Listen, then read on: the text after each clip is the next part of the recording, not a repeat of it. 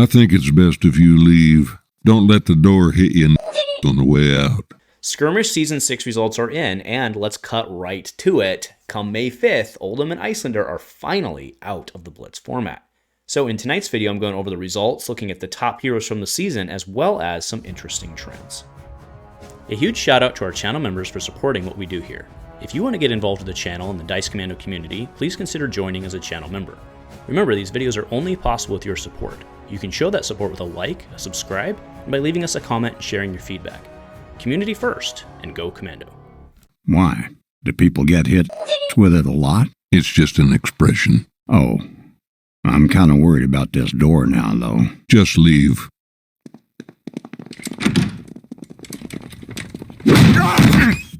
Hey there, Fab folks. Welcome back. Yes, having a little fun with it tonight. Many of us are very happy to see those two heroes leaving the format. That said, I did want to acknowledge, and, you know, for those of you out there who those were your favorite heroes or someone who you very much enjoyed playing, it is important for us to remember that our friends, our teammates have lost their favorite heroes, even though we may be excited. You know, try not to rub it in too much, right? But then again, all those cold foils they won while playing them might comfort them a little better at night too. So either way, but yes, just remember, you know, it stinks. And one day the time will come when your hero LLs too. It will happen to all of us. So yes, tonight I wanted to recap the Skirmish Season 6 results now that we have the final results in. A couple of interesting things. So we're gonna do this three ways. Obviously, if you've been following this little series, yes, I have updated the spreadsheet. I'll put it across the screen right now. Why not? But we've got the overall results as well as the results for each week. And there's some interesting trends in there, actually. So let's go ahead and start first with the kind of the overall picture. So there were actually 668 points, so 334 events. So there were more events than in gym than I had counted, which is not really a surprise. That's, to be honest, it was more than I thought. So people must have had events hidden. I mean, that's the only reason they wouldn't have shown up, because yes, I can count. But they weren't in there for whatever reason, but that's fine, because we were trying to project LL, so you want to be on the low side, right? So yes, anyway, 668 points available.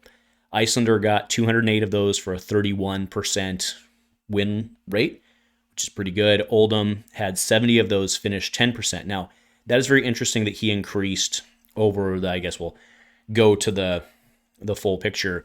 But if we recall, week 1, he was below rate, then he picked up, and then week 3, he actually did even better, whereas Iyslander kind of did the inverse slide. She started off, and with Iyslander dropping, it gave other heroes chances to pick up. So specifically, let's go ahead and hop on over to, this is, right, that when you look at the LL points, it's sorted in terms of who the current leaders are on the leaderboard. So putting up right now in order from points down forward, Skirmish Season 6, who the top performers were. So Iyslander and Oldhim are the top performers. It's kind of interesting to group Oldhim in this case. I have him green, but not really, right? If you look at kind of the break, like, you know, 31% to 10.5%, that's a lot bigger than, you know, 10.5% to 7.5%. Now, Kano ended up in third place, which is not surprising, but it is interesting because that's not where he was positioned week 1 or really even week 2. Prism actually ended up in fourth place, largely because of a pretty big resurgence not resurgence, but a pretty big spike week 3.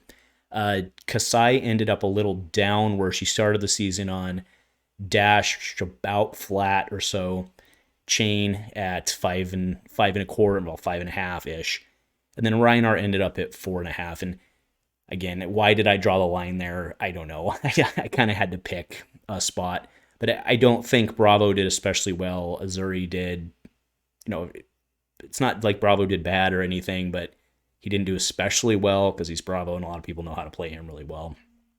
Azuri, I think, did pretty well.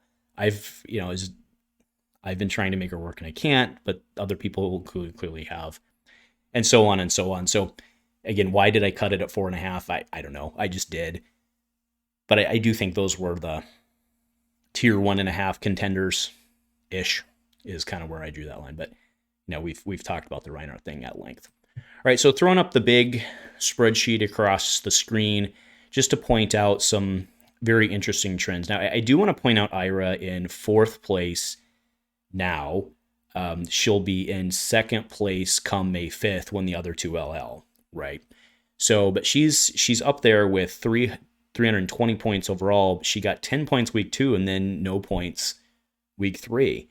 So, Ira's really struggling in the format, even though I still think she's a very, very, very good hero.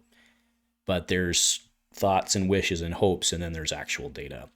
Kassai was very interesting to me. So she was week 1, she was almost 10%, and then she was 6%.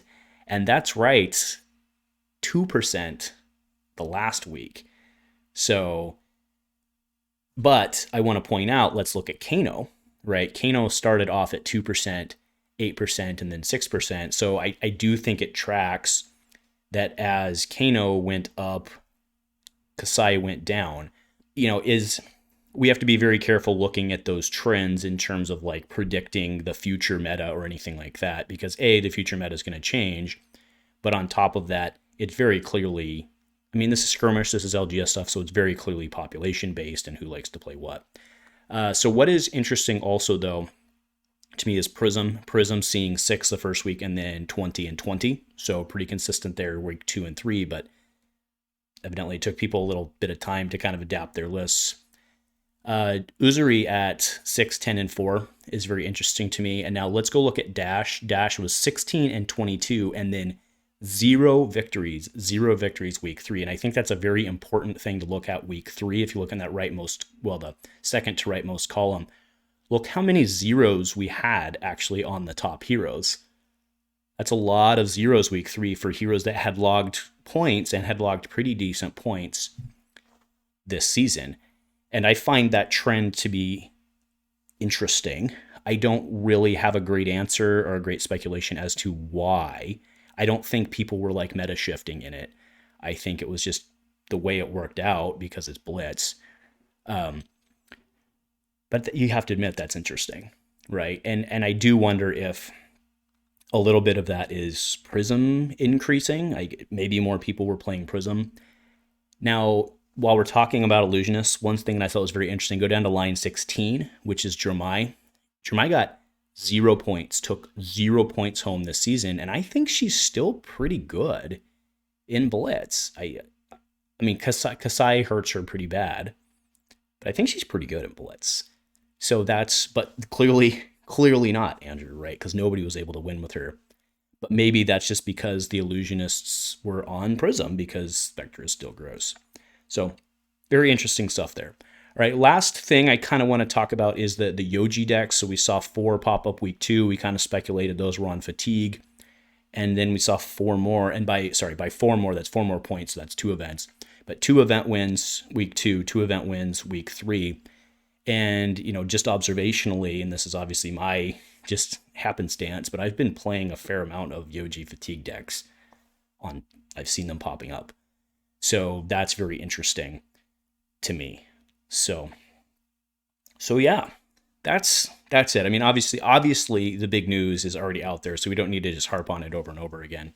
And then I do plan on coming back after Pro Tour. This will actually be my last video through Pro Tour weekend, because focus is going to be and should be elsewhere. So early next week, I'll come back kind of as a companion video to this, and I want to look at the meta without them in it, without Iyslander and Oldhim in. I think it's very interesting. I think Kassai is going to be top dog or close to it, and then there's some meta changes because of Iyslander. I think Dash becomes strong. So, like the Rangers too. So things are going to be very interesting there, and I think Prism has to pop up in the top as well. But we'll talk more about that later. So again, that won't go up till next week. If you are watching this next week after you got back from Pro Tour weekend or something like that, I'll come back and put a link. But yeah, check that out. And anyway, this is all very interesting. Let me know in the comments if something I'm missing or something else you thought was interesting that I didn't necessarily catch. But it's very interesting. It's really cool to just look at this and see what came out of Skirmish Season 6. I don't know why I can't say that tonight. But I do have to say, 30% win rate. If that's, I mean, that's what we were basically told was approximately where they wanted a high-performing hero to be, and it felt pretty dominant. So I don't know that I personally, well, it's not for me to agree or disagree with their numbers and their calculation of where they want things to be, but 30% win rate feels pretty dominant to me. It feels kind of like a bummer, but I do realize other games have it worse, so fair enough. It's just when you have someone that dominant in kind of the most chaotic format, I think that's interesting. Anyway, thing of the past. So thanks, folks, for joining. Let me know in the comments if you enjoyed this little series, or if you didn't, then you're not at this point in the video. So either way, thanks, folks. Nothing else. Go Commando.